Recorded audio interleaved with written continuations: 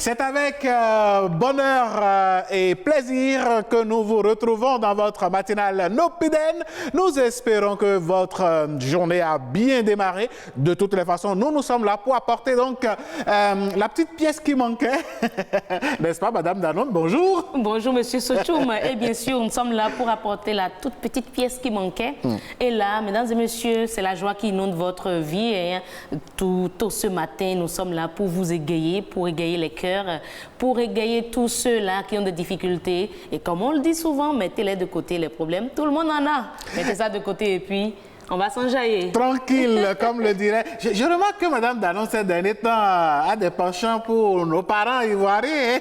On va s'enjailler, c'est pour dire, on va se réjouir. Non, mais c'est déjà dans le dictionnaire français, clair. quand même. Et puis, il est temps que nous-mêmes, on va ajouter nos mots au dictionnaire. On va Jaya. Voilà, on va Jaya. Oui, pourquoi pas, Madame, Monsieur? Vous êtes d'accord avec nous, non? Enfant, on dit Jaya, ou bien vous aussi, on dit Jaya, oui. pour dire se réjouir. Tout à fait. Allez, les autres diront, pas Dijon. Allez, si on doit faire tout le tour, mesdames et messieurs, vous l'avez compris, la joie s'installe chez vous à partir de ce moment et nous allons y rester jusqu'autour de 8h30. Ça va être le paquet Bénin, nous aurons les merveilles du Bénin, nous aurons le clip du jour, nous aurons les us et coutumes, astuces, prénom africain, le clip du jour.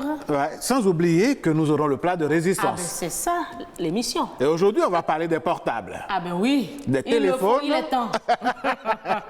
Allez, mesdames, messieurs, avant d'arriver à tout ceci, tous ensemble avec l'équipe matinale, nous vous disons de savourer et de redécouvrir les merveilles du Bénin.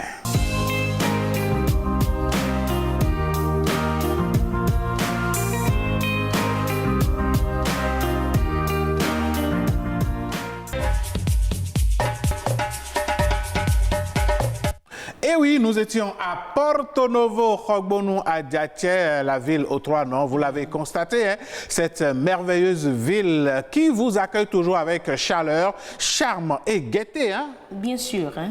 Bien sûr.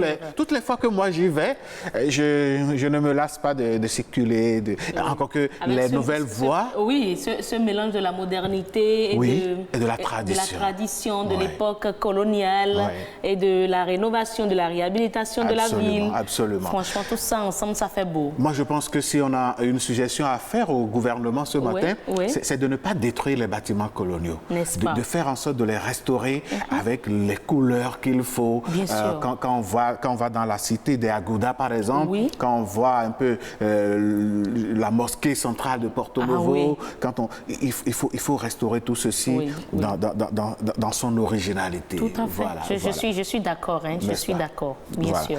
Allez, et puis il ne faut pas oublier aussi que quand on y va, on se... Le ragbé est là. Et comment? En tout cas, on se met à l'aise. On mange bien. Bien sûr. C'est la capitale de la viande du porc, bien fait. Ça n'a rien à envier à Gabriel Gare de l'autre côté de Yopougon à Abidjan, mais et quand on vient à Porto, on sait qu'on est arrivé à Porto Novo. Bien sûr. Hein. Allez, mesdames, messieurs, c'est sûr que ça vous donne déjà des idées pour ce week-end, pourquoi pas? Oui, bien sûr. Encore que ça, je dirais, ça s'importe maintenant vers Cotonou. Où il y a des coins vraiment parfaits de vente de cette viande-là. Bon, de toutes les façons, ça va être mais la sauce, c'est toujours là-bas. Un régal pour les amateurs. Allez, tout de suite, mesdames, messieurs, on va découvrir le clip de ce matin. Ça va être avec un jeune homme qui veut se frayer son chemin, qui se cherche, qui... Bon. Une découverte pour nous, pour les nous autres, hein, mesdames et messieurs. Allez, voici le clip du jour.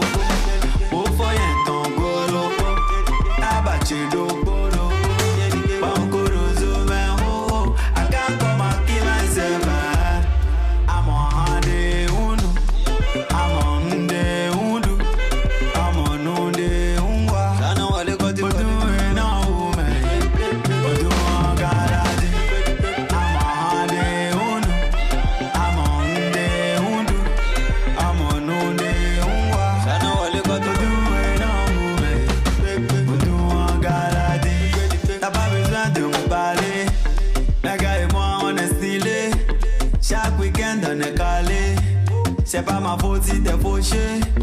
Benabi non beja, comme manano du beja. Na na ni na ni na na, na na na na na na na. Life would done easy, yeah. I know they find trouble, yeah. Life would done easy, yeah. I know they find trouble, yeah. Say, then go talk of you today. Another one tomorrow. I dey live my life today. I say tomorrow no day. Champu puche goloko, eku yen ton goloko, ofo yen ton goloko, tabache loko loko, bankoro zo men ho ho. I can't come and keep myself. I'm on the uno, I'm on the uno, I'm on the unwa. I know what they got to do.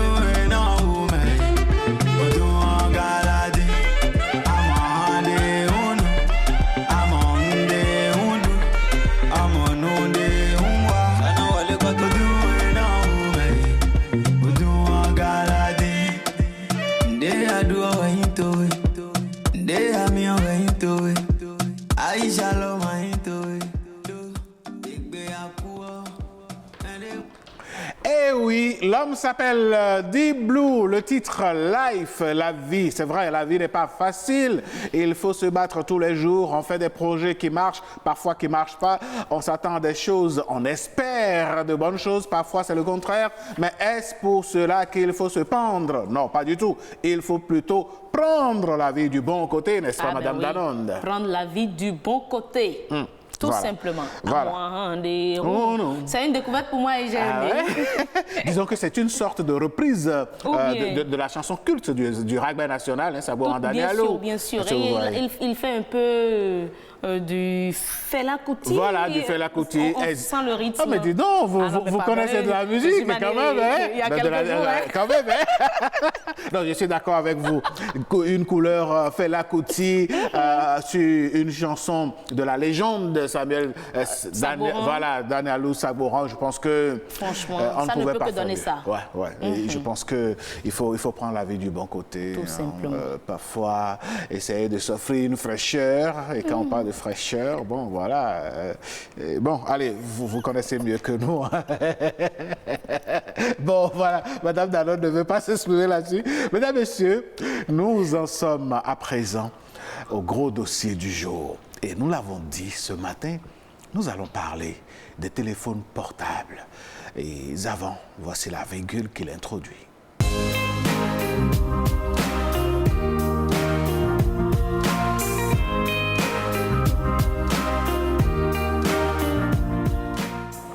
Ils sont devenus des objets pratiquement banaux dans nos mains. Ils ont intégré notre quotidien au point de paraître comme des instruments, je dirais même des objets tout simplement ordinaires. Pourtant, les téléphones portables aujourd'hui de plus en plus sophistiqués ont envahi notre intimité. Au regard des scandales qui foisonnent sur Internet, on se demande comment est-ce que des images, des vidéos, des audios, des situations arrivent à la place publique juste à partir des téléphones portables. Alors nous nous posons la question ce matin, mesdames, messieurs, de savoir est-ce que nous avons encore une vie intime? Est-ce que nous avons encore une intimité face aux téléphones portables qui ont tendance à prendre toute la place, Madame Danonde? Vraiment, vraiment. On se pose la question, est-ce que le téléphone portable, précisément le smartphone, présente un risque d'espionnage? En tout cas, on va en parler avec Anok Padonou Aïdjo. Il est juriste spécialiste en cybersécurité. Bonjour, merci d'être là. Merci, bonjour. Bonjour. Et en face de vous, pour aborder la même thématique, Luc Semassa, analyste en cybersécurité. Merci également à vous d'être là. Bonjour. Bonjour, merci beaucoup. Et bien voilà, le débat se fera aujourd'hui avec les deux. On n'a pas un invité au téléphone. Merci Madame Danonde. Nous souhaitons déjà la bienvenue à nos amis, à nos invités sur ce plateau. Mesdames, Messieurs, le décor est planté, vous le voyez. Alors, Monsieur Arnaud Padonou Aïdjo, à quel moment le téléphone, le smartphone commence à être un danger dans notre vie? Déjà, merci. Déjà, la première question qu'il faut se poser, c'est de savoir quelle est l'utilité du téléphone portable dans les films. Ça, ce n'est plus à démontrer. Oui, c'est important en ce sens que le téléphone même n'est pas destiné à faire certains trucs que nous observons aujourd'hui. À la base, le téléphone portable est là pour faire des appels. Écrire. Plus loin, nous sommes arrivés aux applications de messagerie comme WhatsApp, mail et trucs comme ça. Mais en évoluant, nous avons constaté des réseaux sociaux. Oui. Et ces réseaux sociaux, qui sont primordialement Facebook, c'est d'ailleurs ce qu'utilisent beaucoup d'Africains, c'est l'objectif principal de Facebook, c'est rencontrer ou communiquer, avoir de relations avec quelqu'un qu'on a perdu il y a un bon moment ou une relation qui est sur Facebook. C'est l'objectif de départ, c'est l'objectif de départ. Oui. Mais plus loin, on a constaté que c'est allé plus que ça. On s'échange des photos. Pire, des vidéos. Voilà, on fait des posts où le gars, quelque part dans un coin, il fait une vidéo de sa présence et publie. Ce n'est pas l'objectif de base.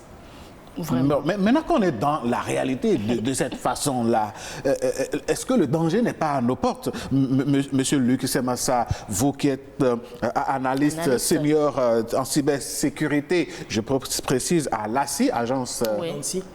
L'Agence nationale de la sécurité des systèmes d'information. Voilà. Vraiment, assis, ainsi, on a les deux, effectivement. Voilà. Alors, dites-nous, est-ce que le danger est dans nos mains, le danger est dans nos poches? Alors, merci pour la question. Moi, je vais illustrer en disant, je vous pose par exemple la question de savoir à quel moment le couteau commence à devenir un danger. Dites-nous. Au début, le couteau, il est destiné pour les usages à la cuisine. Mais aujourd'hui, on peut remarquer plusieurs personnes qui l'utilisent pour des fins contraires. Bien sûr. Pour poignarder son prochain. Voilà. Mais est-ce que ça veut dire que le couteau en lui-même constitue un danger? Non, c'est l'utilisateur qui oriente. L'usage qu'on en fait du couteau. Et c'est la même chose en fait pour le téléphone portable. C'est l'usage, c'est la manière dont nous utilisons les téléphones portables qui constitue un danger, pour nous. Je ne vous arrête pas, mais ça m'amène en même temps à vous demander. Nous avons ici des concepteurs de smartphones qui ont toutes les capacités possibles pour rendre la vie facile. Mais ces concepteurs ont eu à dire, c'est ce que nous avons reçu sur les réseaux sociaux, que même ne les utilisent même pas parce qu'ils connaissent le danger qu'il y a en ça. Donc, si vous le dites, c'est que ceux qui conçoivent déjà le matériel savent que c'est un danger.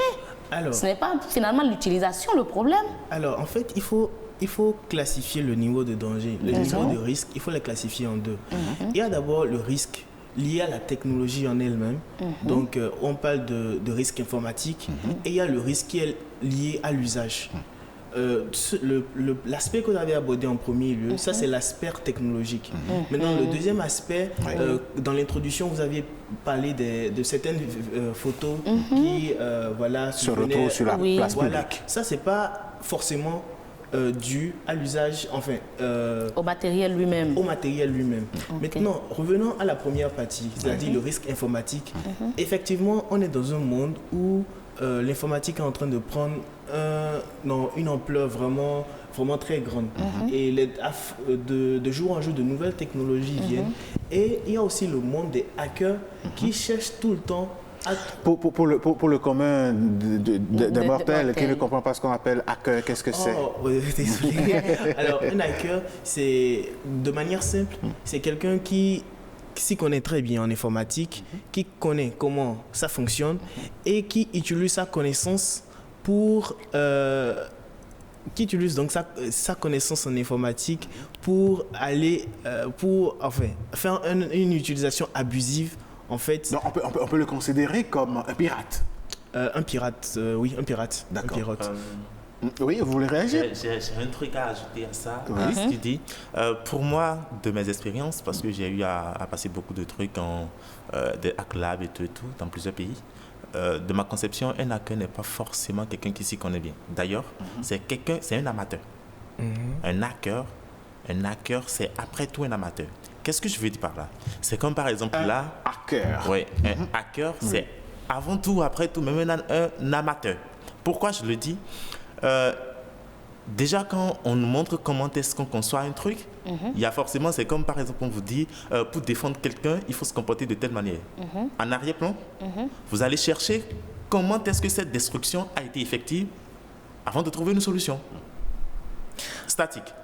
Maintenant, l'amateur que j'appelle, qu'est-ce qu'il fait? Il dit, on m'a dit, d'abord quand on prend les téléphones portables, à un moment donné, quand mon téléphone bloque, on me dit d'appuyer sur les 2 touches de volume et puis la touche d'éteinte. Quand j'appuie long, ça va redémarrer et puis ça fait mise à jour du système, des trucs comme ça. Le gars dit, bon, ça là, c'est loin. Qu'est-ce qu'on va faire? Il va maintenant chercher le processus pour arriver à cette fin.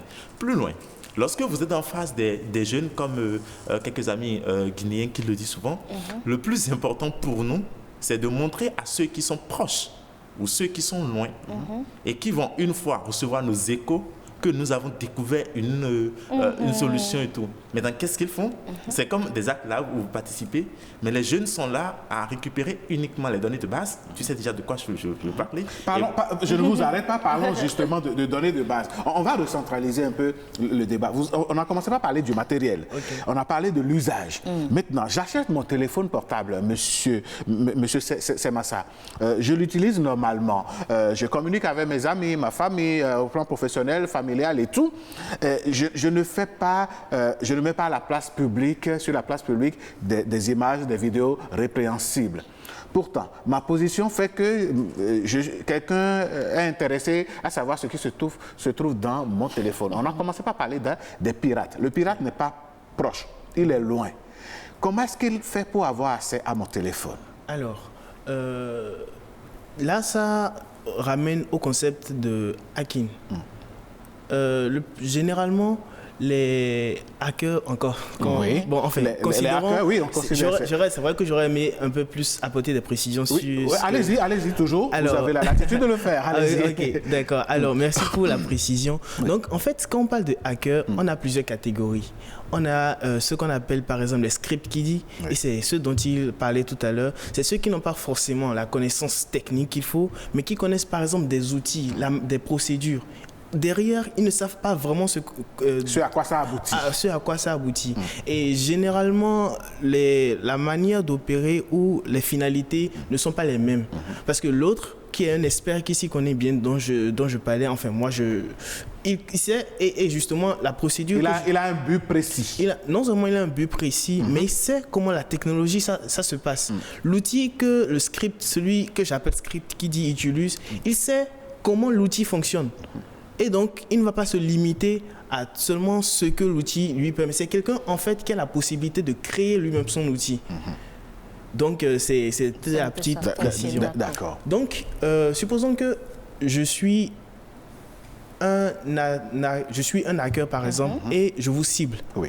Je veux obtenir une information particulière. Alors, il y a ce qu'on appelle le phishing. Généralement, tout commence par là. Ouais. Le phishing, c'est généralement un mail qu'on reçoit et qui contient une histoire, je ne sais pas, ça dépend du contexte. Si c'est par exemple, généralement dans les entreprises, quand je vais obtenir une information dans une entreprise, je vais me faire passer par exemple pour votre supérieur, je connais son nom, etc. Je me fais passer pour le supérieur et je m'arrange de sorte que l'objet du mail soit quelque chose de très urgent. Qui attire mon attention. Non seulement qui attire votre attention, mais qui est très urgent. Par exemple, je mets dans mes mots quelque chose qui vous fait... Enfin, vous savez tout de suite. Exactement. Quand on sent la pression, on ne maîtrise pas très exactement ce qu'on fait. Donc, c'est généralement comme ça, ces types de mails viennent, on les appelle des phishing. Et ça contient parfois des fichiers qui sont, eux, des virus. Ça peut être un fichier Word, ça peut être un fichier PDF, ça peut être n'importe quoi, ou encore ça peut être même une application. Une application, puisqu'on parle des mobiles, ça peut être une application au point APK et qui dit ok, voilà une application gratuite pour avoir Internet gratuit. Cliquez dessus, installer, ça y est. Et vous aurez Internet gratuit sans payer.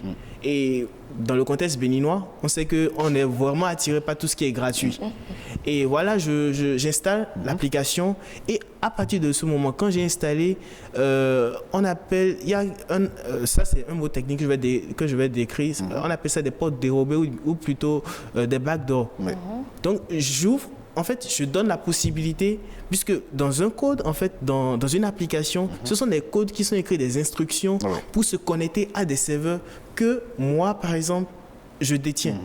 Et donc, à partir de ce moment, quand j'installe l'application, j'exécute ce que l'hacker a défini dans son programme. D'accord.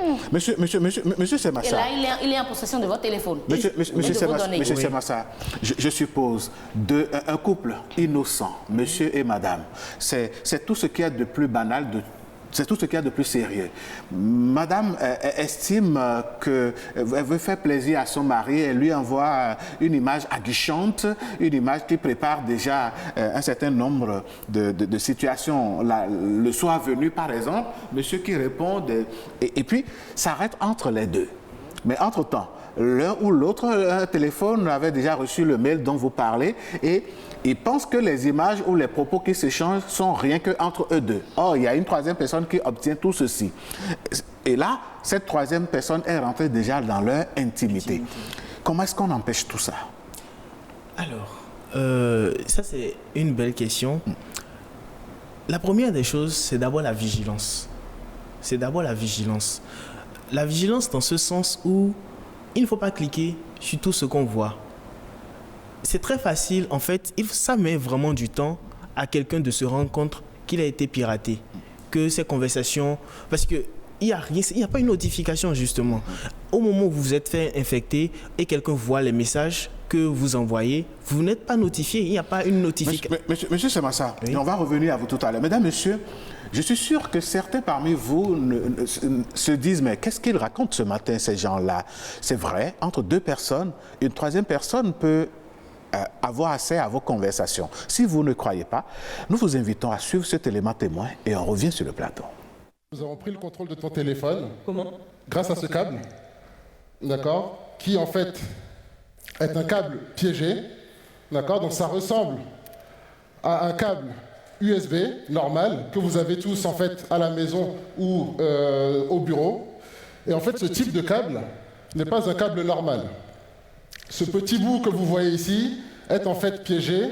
Ça contient des fonctionnalités type USB, type Wi-Fi qui nous permettent d'injecter en fait des instructions directement sur le téléphone et nous permettent de prendre le contrôle du téléphone. Attends.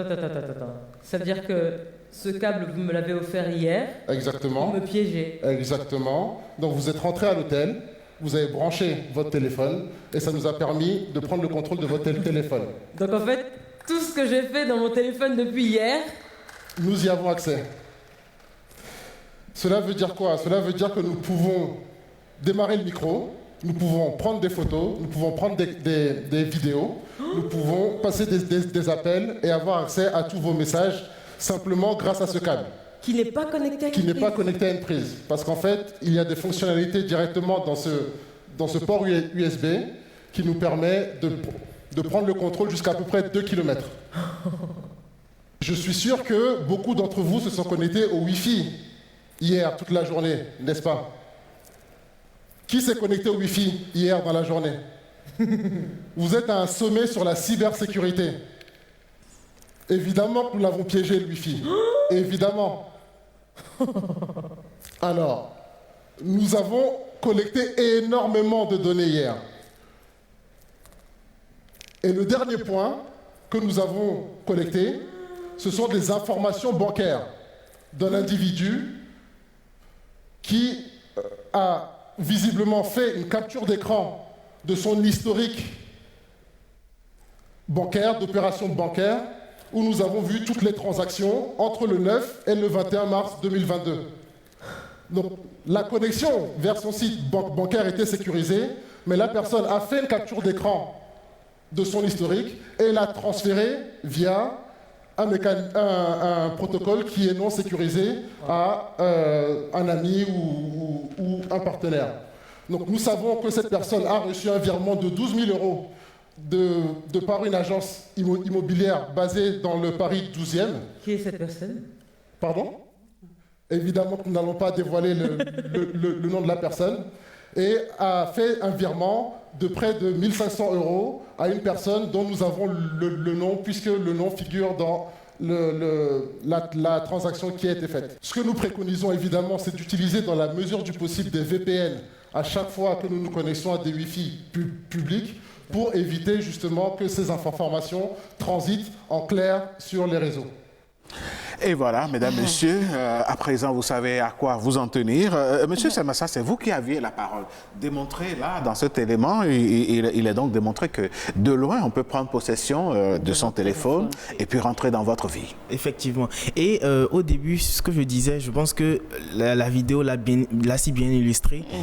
Il faut du temps pour une personne pour savoir que son portable ou son équipement a été piraté. Et quels sont les signes qui pourraient l'amener? Parce que quand moi j'ai suivi l'élément, je disais, ben là c'est problème pour les femmes qui ont des époux très jaloux. Oui. Mais à distance, on dit à 2 km le mari avec toi dans ta chambre, mais facilement il a accès à tout ce que tu fais, tu es là, écrit.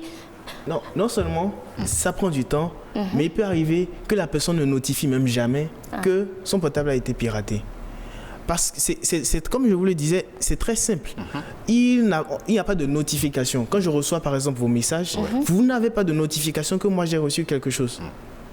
Quand je reçois, quand j'ai par exemple j'ai la possibilité de voir votre caméra, vous n'avez pas une notification que quelqu'un vous êtes en train d'utiliser ma caméra pour prendre des images autour de moi. Donc là par exemple maintenant mon téléphone est peut-être cloné, je ne sais pas. Vous ne saviez pas, vous n'aviez aucune catastrophe. Tout ce qu'on peut faire, tout ce qu'on peut faire en fait, c'est limiter en fait les dégâts, de limiter les dégâts.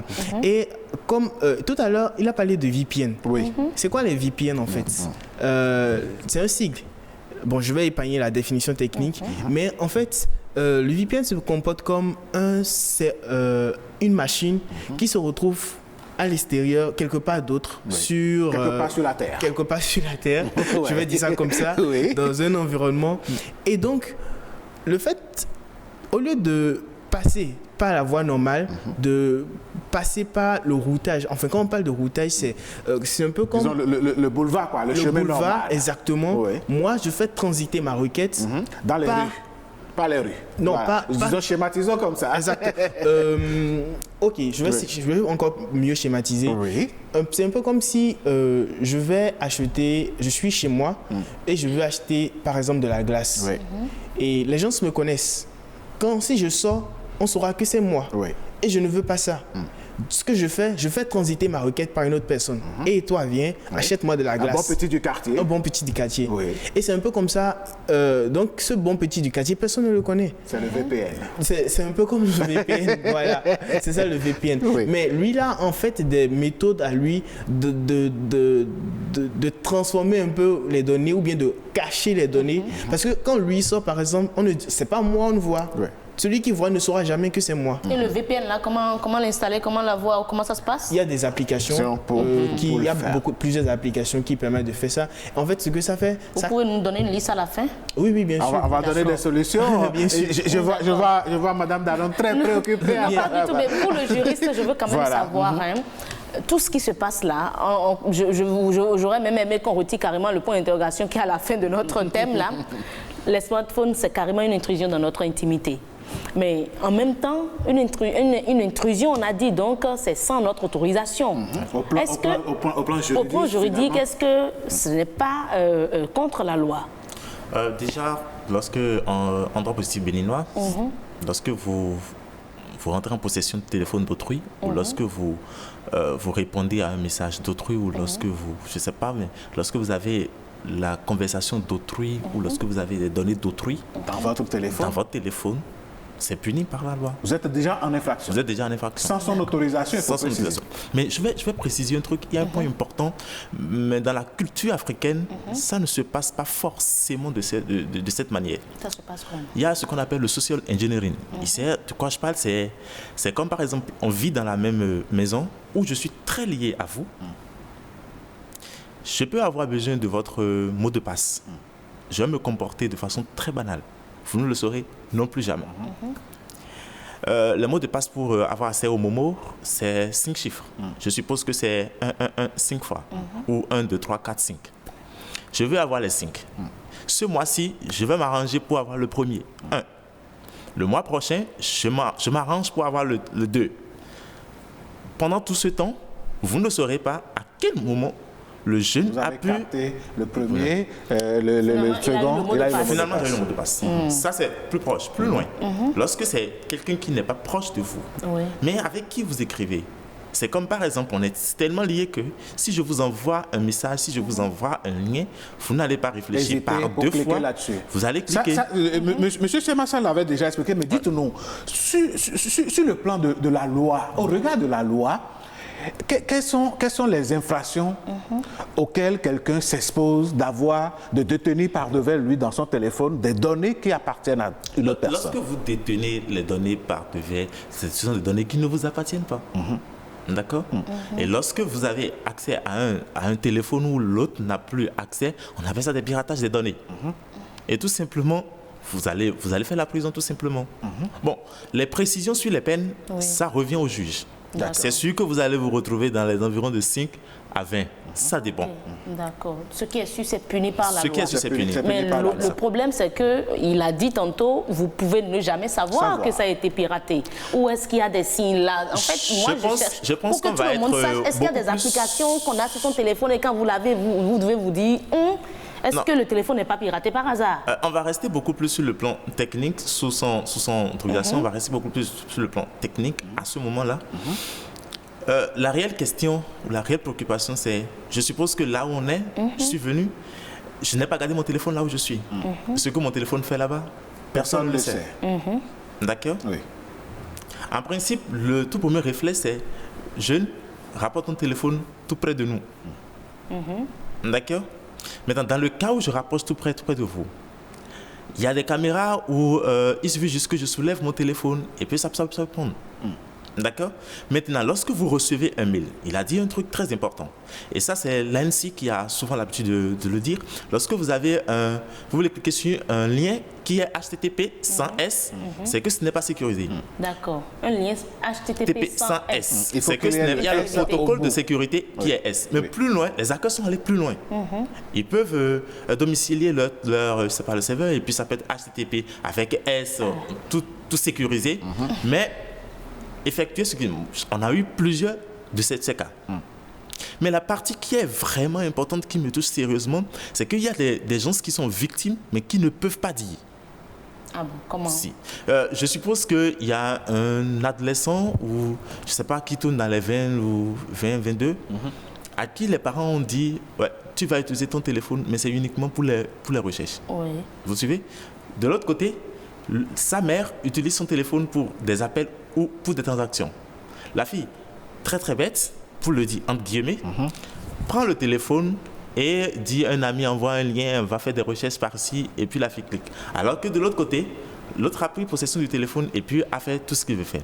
Alors, le dire pour lui, pour elle plutôt, c'est vraiment un problème parce qu'on va lui dire, mais ce n'était pas l'objectif pour lequel on t'avait remis le Parce que téléphone. l'autre a eu accès aux informations. D'accord. On va revenir à monsieur Semassa, Luc Semassa. Dites-nous, quand on a le téléphone, c'est aujourd'hui un objet banal, oui, ça marche très bien, et que nous sommes dans un couple, par exemple. Et Madame Danon parlait déjà tout à l'heure des maris jaloux. Il se fait que aujourd'hui, la technologie permet à l'un d'installer des applications sur le téléphone de l'autre pour écouter systématiquement toutes ces conversations, recevoir copie de tous ces messages, tout ce qui est dans le téléphone de la femme, monsieur là. Dans ces cas-là, est-ce que finalement le téléphone, au-delà d'être un danger, ne constitue pas maintenant un élément dislocateur de couple? Ah oui, et ça c'est un phénomène en tout cas très fréquent. Et ça, je peux vous le dire que ça se passe.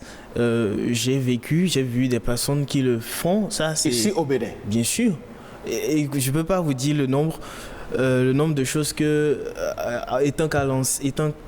à Lancy, nous avons l'opportunité de voir et d'investiguer. Il paraît même qu'il y a aujourd'hui une application phare maintenant que les gens installent sur vos téléphones à votre insu et ça récupère toutes vos données. Laissez-moi vous dire que c'est bien possible. Ça ne coûte, ce sont même des applications qui ne coûtent pas, non pas gratuit, ça c'est souvent payant. Ça ne coûte pas très cher, mais ce qui le rend presque impossible à détecter, c'est que vous savez, quand on installe des applications sur les portables, souvent il y a une icône qui apparaît. Oui. Dans ces cas, l'icône n'apparaît du tout pas. Et donc, il suffit juste que, par confiance, vous me donnez votre portable, je veux faire passer un appel, donc j'installe l'application et c'est fini. Ou encore, dans certains cas, on a, je veux parler de la détection, quoi. Oui, on a de la détection. On remarque que le portable commence à avoir des bugs ou des comportements qui ne sont pas normaux. Oui. Par exemple, le téléphone commence à lancer des appels. Oui. L'écran va et vient. Exactement. On voit des messages qu'on ne comprend pas. Exactement. Donc tout ça, en fait, ce sont des signes qui peuvent alerter. Ah bon? C'est pas forcément. Ce n'est pas la batterie qui a des problèmes. Il peut arriver, justement, il peut arriver que ce soit des problèmes matériels et tout. Mais c'est aussi possible que ce soit... Oui, on vous comprend. Mais dans ce cas-là, qu'est-ce que l'ANSSI fait? Non, permettez, je ne veux pas qu'on parle déjà de l'ANSSI, mais qu'est-ce que nous-mêmes, à notre niveau, on peut faire quand je constate, moi par exemple, je peux vous dire que mon téléphone, ça lance les appels comme ça. Madame Danon, votre téléphone a été piraté, je vous le certifie. C'est un exemple que je donne. Votre téléphone est piraté. Donnez-moi des solutions. Comment je peux faire pour que, si c'est cloné, que ça soit décloné? C'est compliqué. Je ne peux pas vous donner une solution que je veux qualifier qui marche à 100%. Sécurité, 100%, ça n'existe pas. Et il faut, la première des choses pour limiter les dégâts, c'est déjà de faire attention. Si aujourd'hui, je peux profiter d'une simple occasion. Jeudi, c'est l'anniversaire de madame, ou c'est la Saint-Valentin, ou c'est une occasion spéciale, où madame se plaint toujours de n'avoir pas un portable intéressant. On le lui offre. Et moi, je lui offre. Mais avant de le lui remettre? Avant de le lui remettre, je prends le temps d'installer des choses. Et j'installe un logiciel, mais c'est fini. Je lui ai remis un cadeau empoisonné. Là, je suis... Elle est en retransmission en direct de toutes ces conversations. Donc, la première des choses, quand on arrive sur ces cas, ces dons, par exemple, beaucoup trop généreux, qui font réfléchir, monsieur qui n'était pas gentil, mais qui, du coup, décide d'offrir un téléphone de ouf, la première des choses, pour éviter tout dégât, c'est déjà de réinitialiser le portable à l'état d'origine. D'accord. Donc, ça fait quoi? Ça élimine tout ce qu'on a installé jusqu'à l'état d'origine. Donc, s'il y avait un problème là, ça ne serait que les problèmes qui étaient déjà dès la conception du téléphone. Tout citoyen, tout utilisateur peut réinitialiser son téléphone. C'est facile. Non, pas forcément. Déjà dans les paramètres, il y a déjà un moyen de juste ramener exactement à l'état d'usine. Donc ça donne un état de quiétude à la personne qui est à lui-même d'installer maintenant les applications qu'il ou elle veut, ou encore de remettre son portable sans mot de passe, laisser ça à la portée de quelqu'un, que ce quelqu'un vienne installer maintenant un logiciel espion. Mais le risque là, c'est que vous perdez toutes vos données en réinitialisant. Oui, il faut préciser. N'est-ce pas? Oui, je pense quand même qu'il y a, dans certains cas, il y a des méthodes qui permettent de supprimer juste les applications, mais de conserver les fichiers. De sauvegarder les fichiers. D'accord. Monsieur Aïdjo, voilà, on revient à vous toujours, parce que moi, je veux bien qu'on fasse de la pratique, qu'on donne des solutions à ceux qui peut-être vivent la chose parce qu'on ne sait pas. On n'a pas de moyen de savoir que le téléphone a des problèmes. Et avec l'image, l'élément qu'on a suivi, nous sommes là à tout moment à dire prête-moi ton chargeur, je vais charger mon téléphone. Est-ce que vous n'avez pas un Wi-Fi ici? Donnez-moi le code de Wi-Fi rapidement. Mais dans le moment, peut-être c'est ton bourreau qui te remet un chargeur piégé et il a accès à toutes tes données. Que faire concrètement? Est-ce qu'il faut, parce qu'on connaît des gens qui sont à des niveaux vraiment élevés dans la vie, mais qui n'utilisent même pas des smartphones. Est-ce qu'il faut arrêter d'utiliser les smartphones carrément et de revenir à nos... Bon, pour ne pas faire de publicité. Au téléphone à touche simple. À touche simplement là. Je pense personnellement que la solution n'est pas d'abandonner les smartphones, mais c'est plutôt, comme il l'a si bien dit, c'est de faire attention.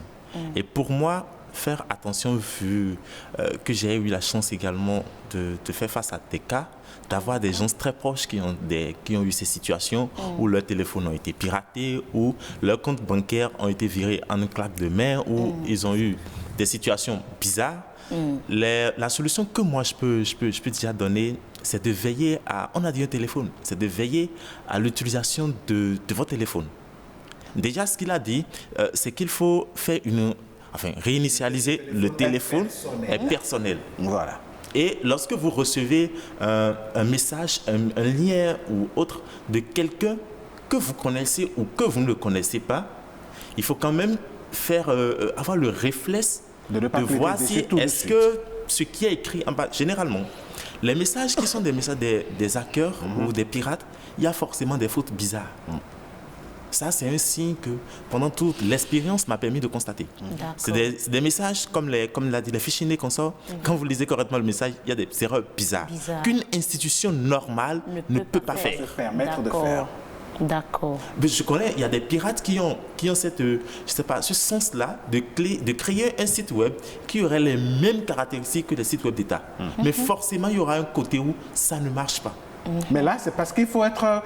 c'est parce que vous êtes avertis, vous observez. Aujourd'hui, nous sommes dans une société où tout le monde est pressé. Est-ce que vous pensez que celui qui a son téléphone, la maman qui est grande commerçante à Dantokwa ou je ne sais pas, dans n'importe quel marché de notre pays, qui va à un mariage, à Gore, et qui dit, bon, prenez-moi des photos, il faut faire des vidéos. Pendant ce temps, celui à qui il a remis la vidéo a eu le temps d'installer quelque chose. Comment est-ce qu'elle fait dans ce cas?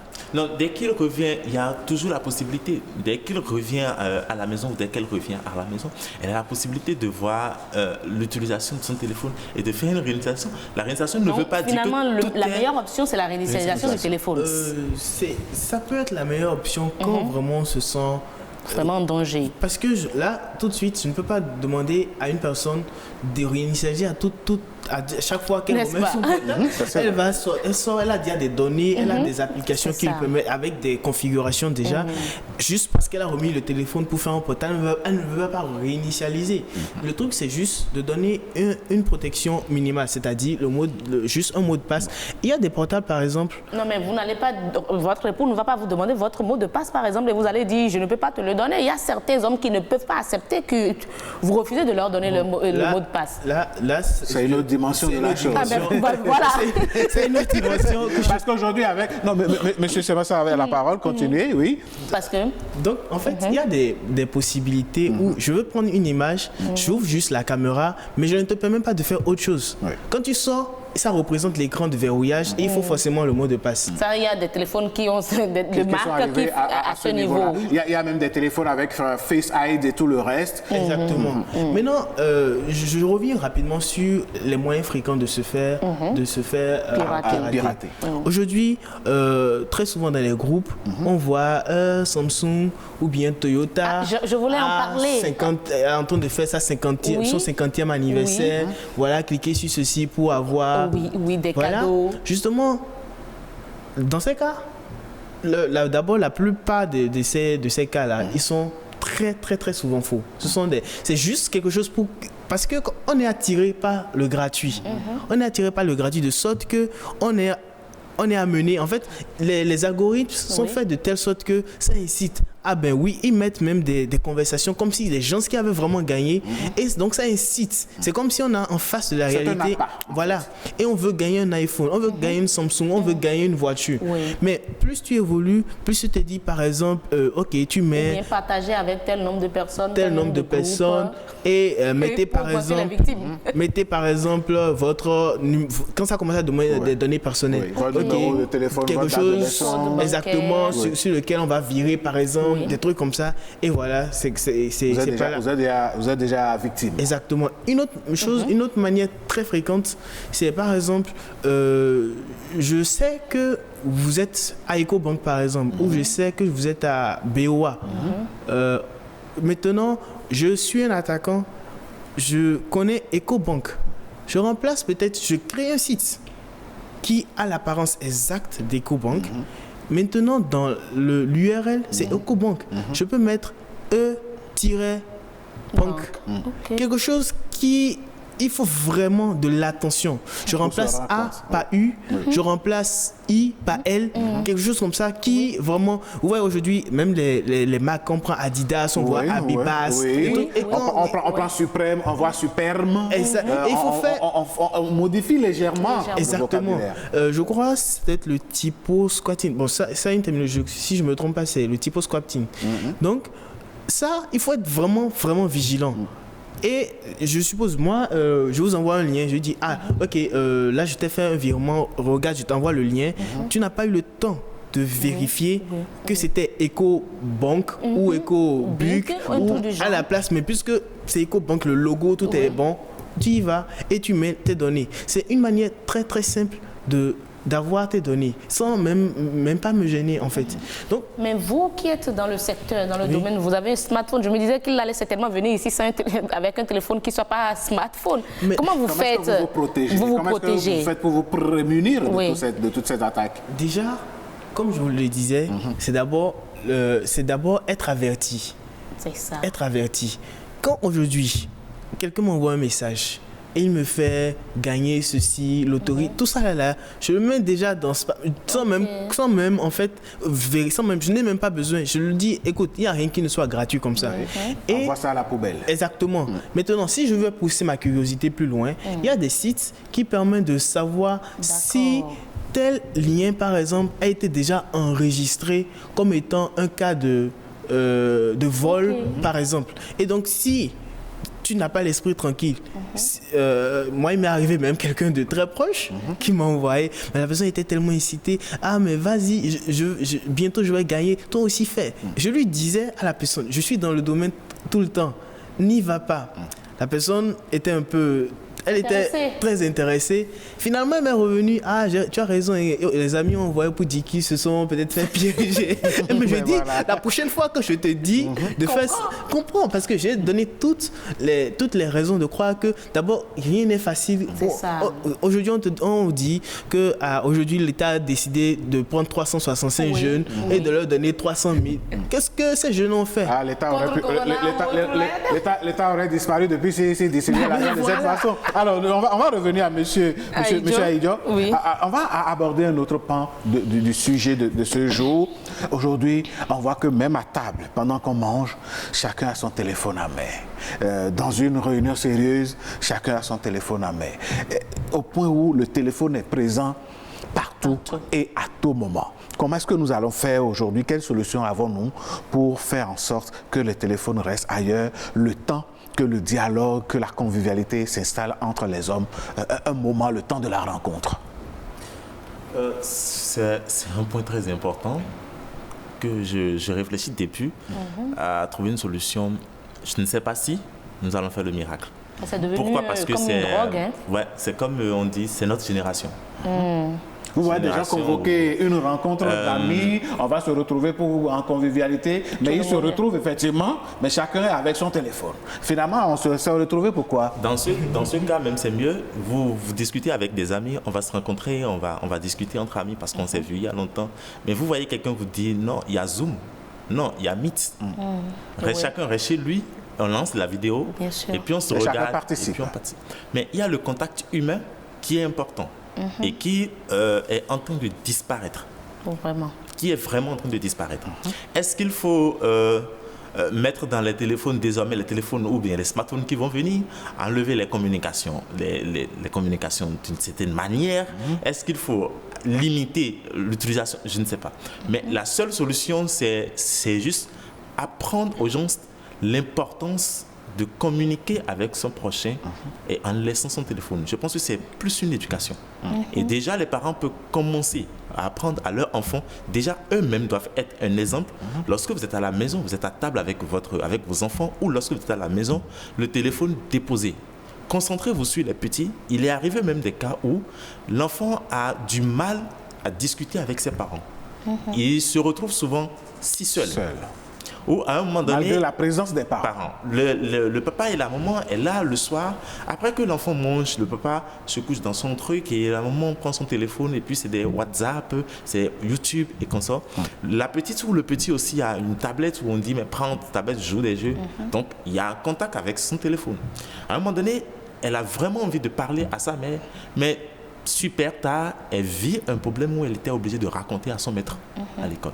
Le maître, appelant maintenant les parents, dit ayez de contacts très sérieux avec vos enfants parce que ça peut tuer l'enfant.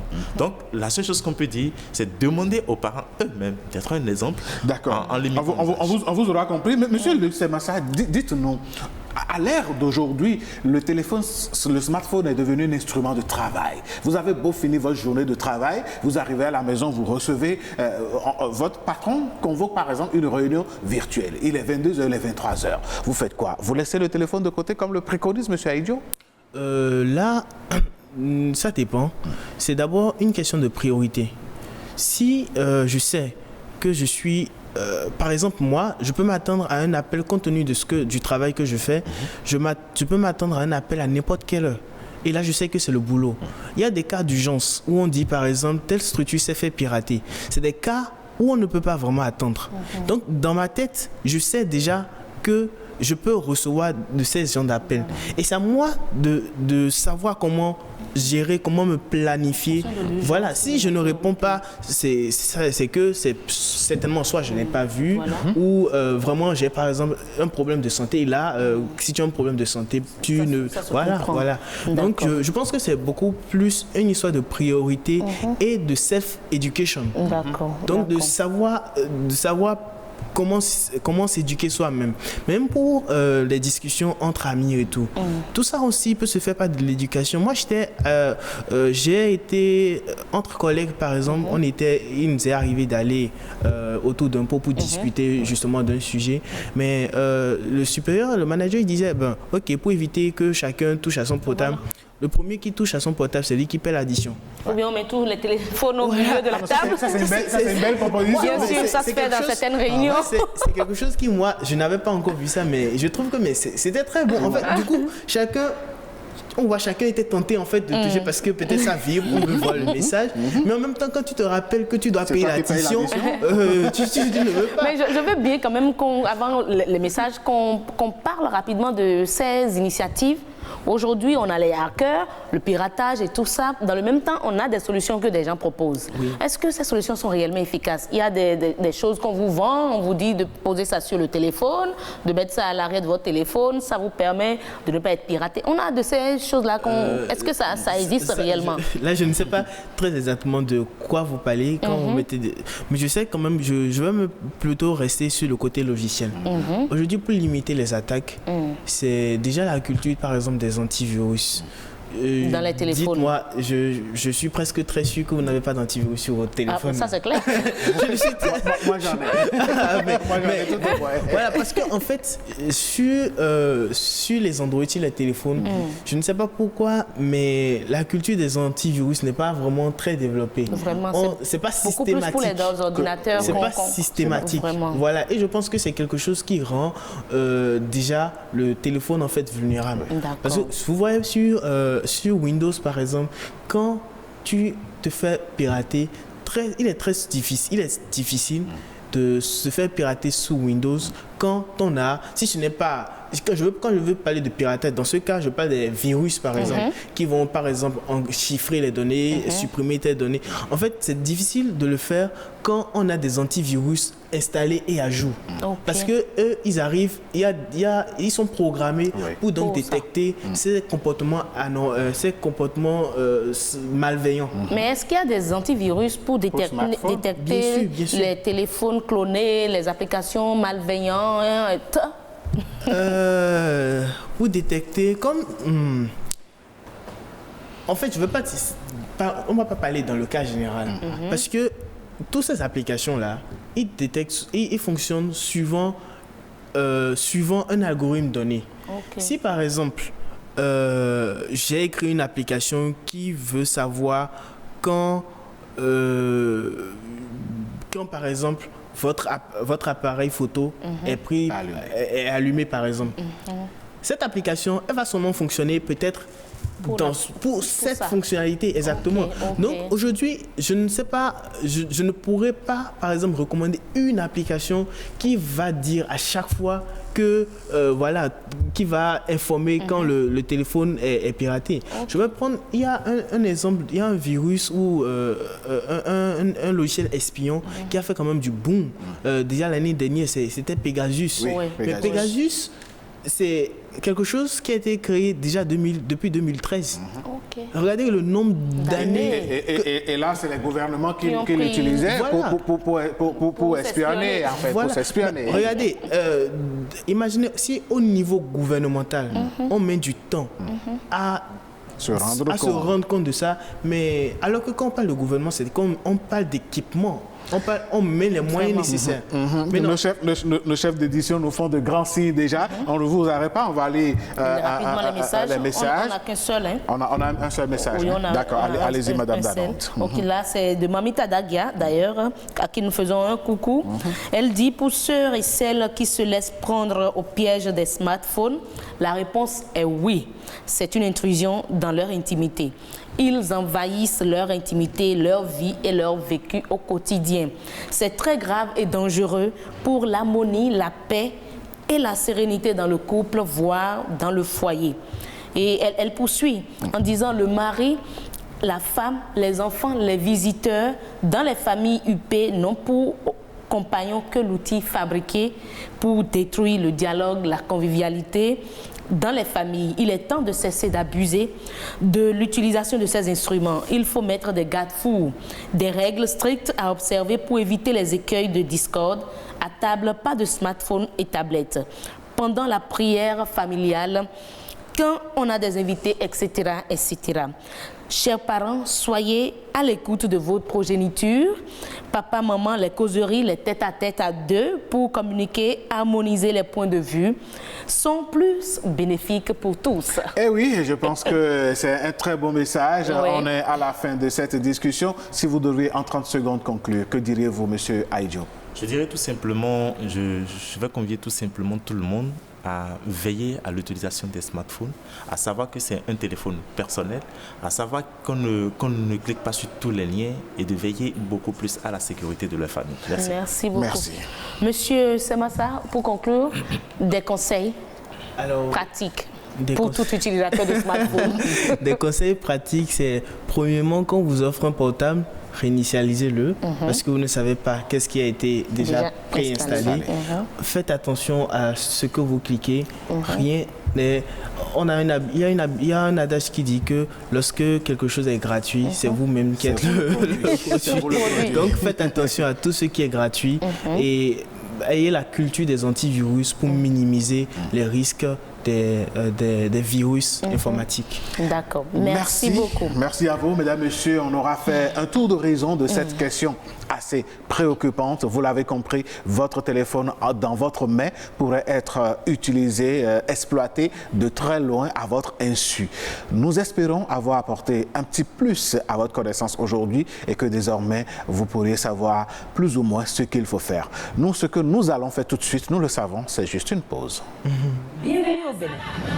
Paysage verdoyant, relief multiforme, faune et parc naturel, plages ensoleillées, cité balnéaire ultra moderne, rythme au corps, rite au cœur, vestiges et reliques d'une histoire séculaire, brave peuple, biens et personnes sécurisées.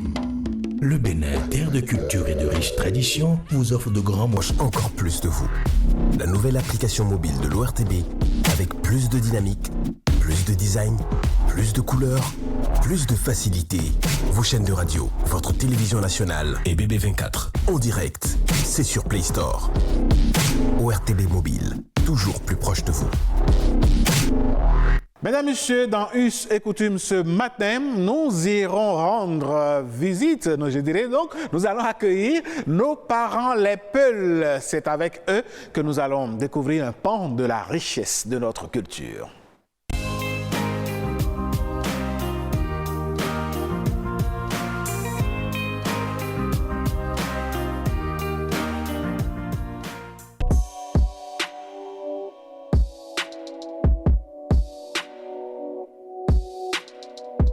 En langue, on appelle ça bata. C'est-à-dire que lorsque j'ai une famille, j'ai des enfants, j'ai des filles comme des garçons. Et quand je veux marier mon garçon à quelqu'un d'une autre famille, je peux donner en échange mon garçon à cette famille-là qui, elle, me donne une fille pour mon garçon. Donc, c'est une sorte d'échange en quelque sorte. Ça fait que quand vous avez par exemple rien que des garçons, alors ça vous permet de faire des échanges. Par exemple, vous avez 2 garçons chez vous, quelqu'un lui a 2 filles, qu'est-ce que je fais? Je dis bon, écoutez, mon garçon épouse votre fille, mais en échange, l'une de vos filles épouse l'un de mes garçons.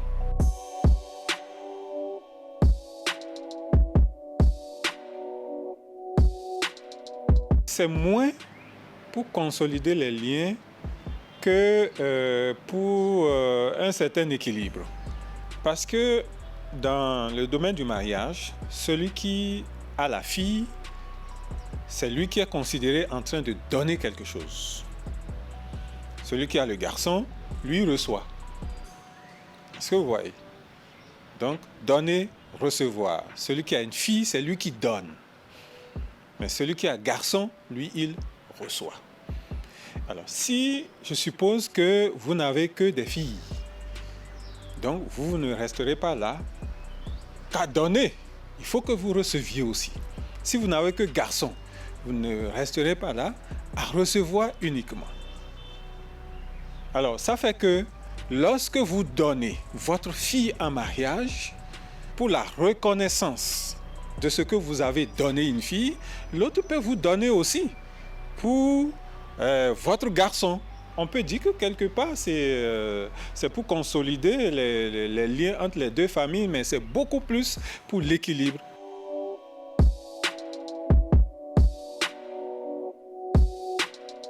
Ceux qui s'opposent, ils trouvent que c'est malsain. Parce que j'ai donné, il faut donner aussi, c'est malsain. Parce que parfois, ça prend des allures de chantage. J'ai donné, tu en as, il faut que tu donnes. Mais ça va aussi au-delà de la famille directe. Lorsque la famille à qui vous avez donné une fille en mariage a un jeune frère qui a aussi des enfants et qui donne aussi en mariage, c'est considéré aussi comme le bata. C'est-à-dire que c'est la même famille. Lorsque vous êtes surtout de même sexe et que, par exemple, le grand frère donne sa fille en mariage à votre enfant, le jeune frère peut également recevoir votre fille et c'est toujours dans le cadre du bata parce que vous les deux, ayant des enfants, vous êtes considérés comme étant de la même famille.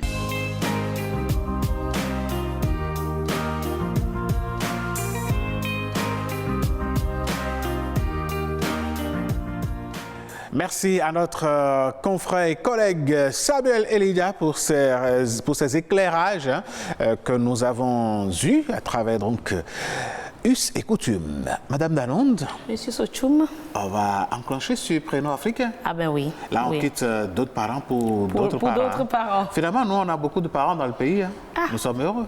C'est comme on le dit, nous sommes nationaux. Voilà. Allez, nos parents, les Wemeno, nous accueillent avec le prénom africain de ce jour.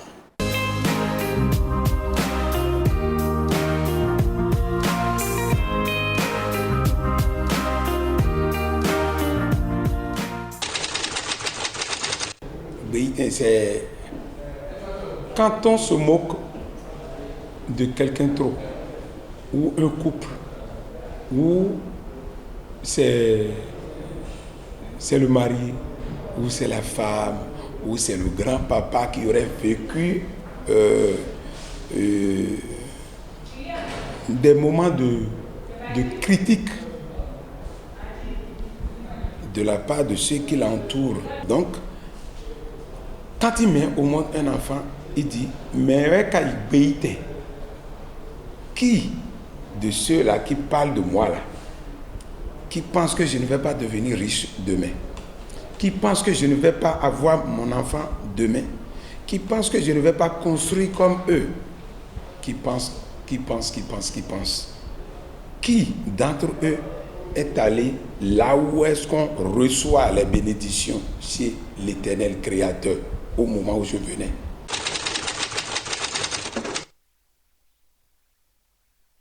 Ça, ce n'est pas une prière. Et c'est plutôt une démystification de la critique. Il est en train de démystifier la critique. Êtes-vous allé vers l'Éternel pour savoir ce qu'on m'a accordé comme destin? C'est démystifier les critiques.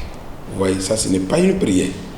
Mais c'est démystifié, c'est multiplié par zéro ce que les gens disent pour les ignorer, pour ignorer ce qu'ils disent là. On donne ce prénom à son enfant pour se calmer. La signification de nos prénoms agit vraiment dans notre vie. C'est comme ça. Moi, mon épouse, par exemple, là, elle a reçu trop de critiques. Mais elle multiplie tout ça par zéro. Elle néglige tout, elle oublie tout, elle ignore. Elle ne regarde même pas ceux qui parlaient mal d'elle. Mais aujourd'hui, c'est vrai, elle est la plus en vue. Et oui, mesdames, messieurs, c'était la prénom africain avec Anis Pépé à qui nous faisons un clin d'œil de l'autre côté, donc enfin, chez nos parents, oui, mais on va pas spécifier la zone. En tout cas, c'est la vallée de l'Ouémé. Voilà. Oui, j'en ai. Chez nos parents, il y a Riocho. Vous voyez que nous sommes vraiment nationaux. Nous vous saluons, vous tous qui êtes de là-bas. Oui, chers amis, merci beaucoup. Mesdames et messieurs, on va suivre à présent la caricature matinale.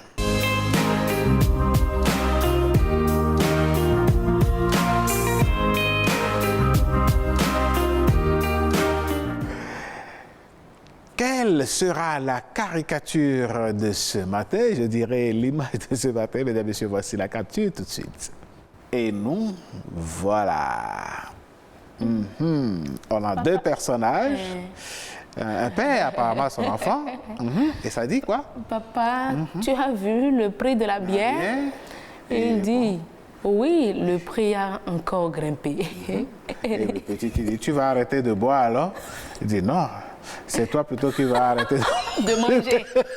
Il est méchant, lui. Non, c'est l'enfant qui est très curieux. Ah oui? Non, comment ça? Il veut savoir, il est préoccupé par la santé de son père, la santé financière de son papa. Est-ce que là...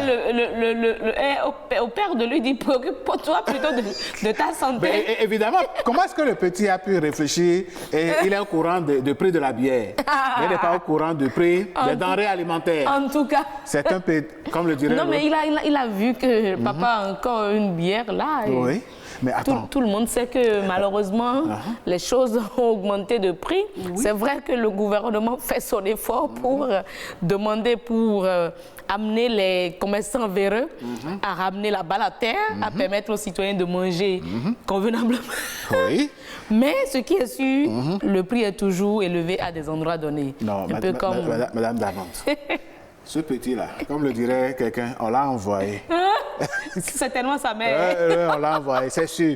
Ah oui, parce que là, la bière, oui d'accord, mais lui, il n'a pas remarqué sur le marché que les produits vivriers, les denrées alimentaires, les produits de première nécessité... En fait, la réponse du père, c'est...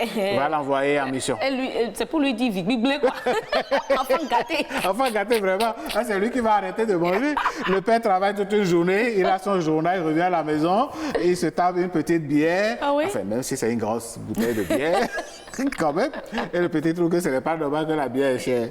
Non, c'est vrai que tout est cher dans le pays, mais c'est pas pour ça, on l'avait dit, qu'on ne va pas se faire plaisir. C'est vrai que c'est difficile. Malheureusement. Beaucoup, nombre de concitoyens ont des difficultés à manger. Malheureusement. Et on ne dit rien de mauvais. Hein. Le ministre des Finances, Robert Wada, il l'a dit sur nos plateaux. Bien sûr. Le débat aujourd'hui, c'est que les gens n'ont plus le pouvoir d'achat pour s'acheter à manger.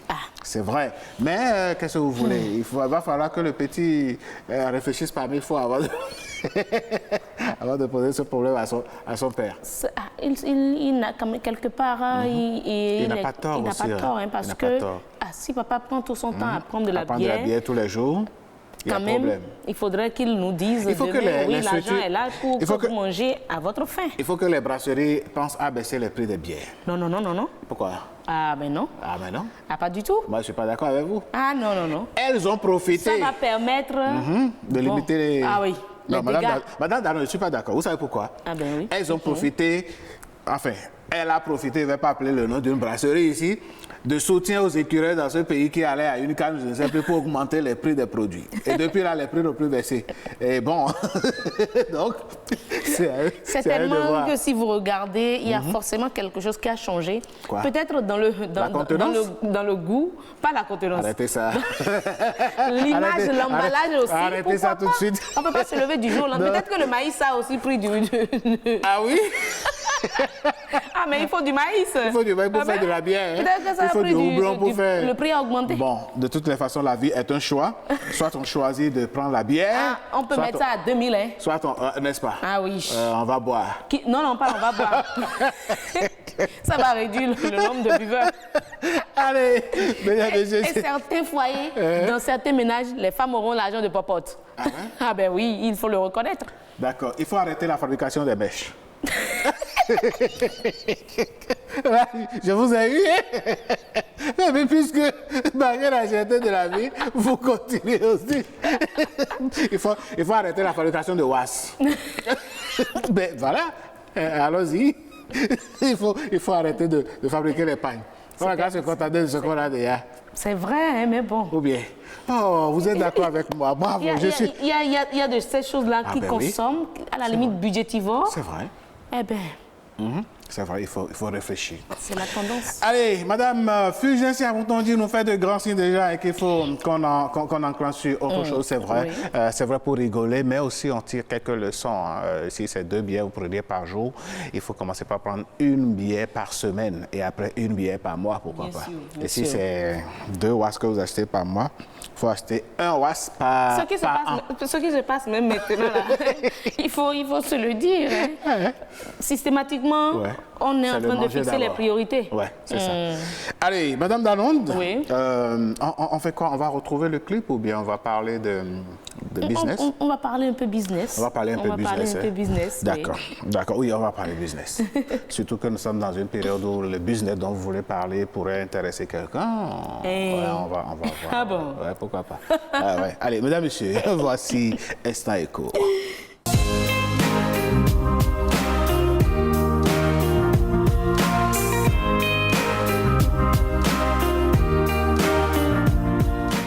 On va parler aujourd'hui de la cola. Ah ben oui, de la cola.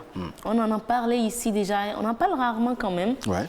Pourquoi? Parce que on en a sur le marché. Mais on ne sait souvent pas d'où ça vient. D'où ça vient. Parce qu'on se demande si notre pays en produit. Malheureusement, on n'a pas de chiffres en matière de la production nationale. Ce n'est pas une filière qui quand bien même, il y a quand même des zones où on a quand même des colas. Mais bon, ça sort, c'est pas des... Ce n'est pas une production en bonne et due forme. En bonne et due forme. Pour beaucoup, ce qu'on a eu sur le net, c'est que ça sort comme ça l'arbre sort comme ça de lui-même. À la limite, c'est comme si c'est la nature qui l'offre. Mais beaucoup n'en font pas, comme on dit, plantation de cocotiers. D'anacadier, par exemple. Non, on n'en a pas en tant que tel dans notre pays. Et on va découvrir, on va découvrir, on a des images déjà qui vont peut-être suivre. Voilà, ce qui est sûr, c'est que c'est beaucoup plus importé. C'est beaucoup plus importé et ce sont très souvent nos dames, les Yoruba, qui en vendent. Qui sont dans cette activité-là. Mais quand même, il faut préciser qu'en Afrique, plus précisément dans notre pays, la noix de cola est utilisée dans différentes cérémonies. Elle a le pouvoir de liaison entre les familles, c'est la source de nombreux bienfaits et il paraît même qu'en dehors de la nécessité de ce fruit dans plusieurs cérémonies rituelles, au Bénin, il cache d'autres vertus non négligeables, raison pour laquelle certains connaissent ces vertus et en consomment.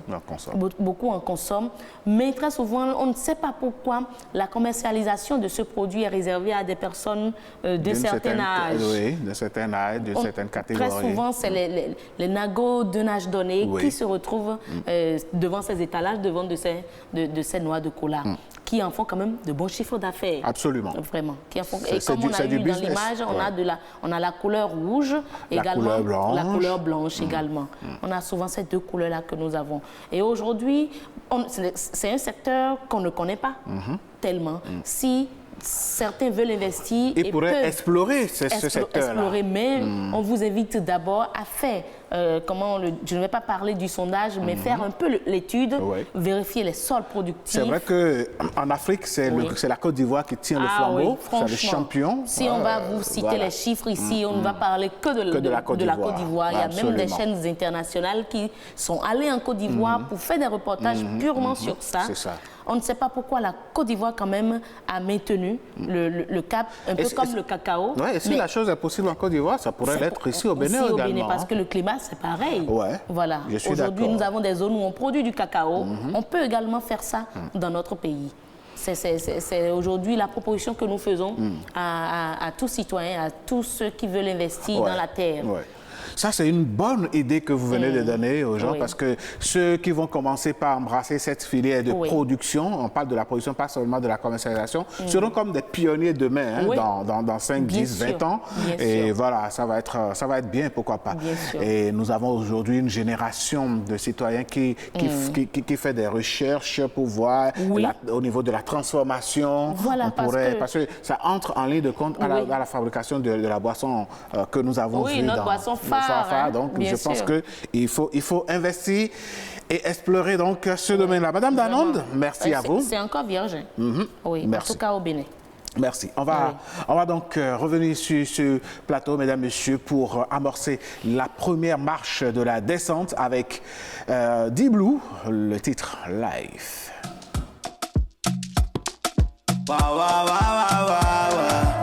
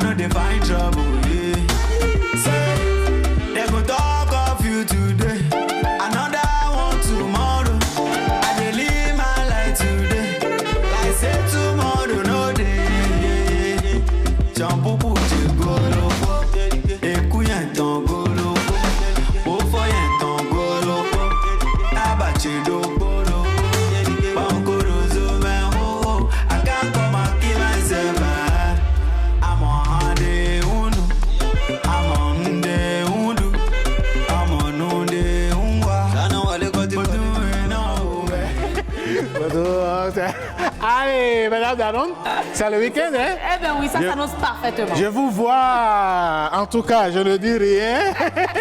C'est pour revenir en pleine forme. Et je suis d'accord avec vous, hein, je vous le souhaite merveilleux. De toute façon, et puis c'est le week-end pascal, hein? En plus, hein? Bonne fête à vous, mesdames et messieurs. Allez, bonne fête à vous. Oui, bonne fête à tous les chrétiens. Merci, mesdames et messieurs. On se retrouve prochainement par la grâce de Dieu. Ce fut un plaisir d'avoir partagé ces grands moments avec vous. Excellente suite de journée à toutes et à tous. À bientôt. Bye bye. Hey. life would not easy, yeah. I know they find trouble, yeah. Say, then go talk of you today.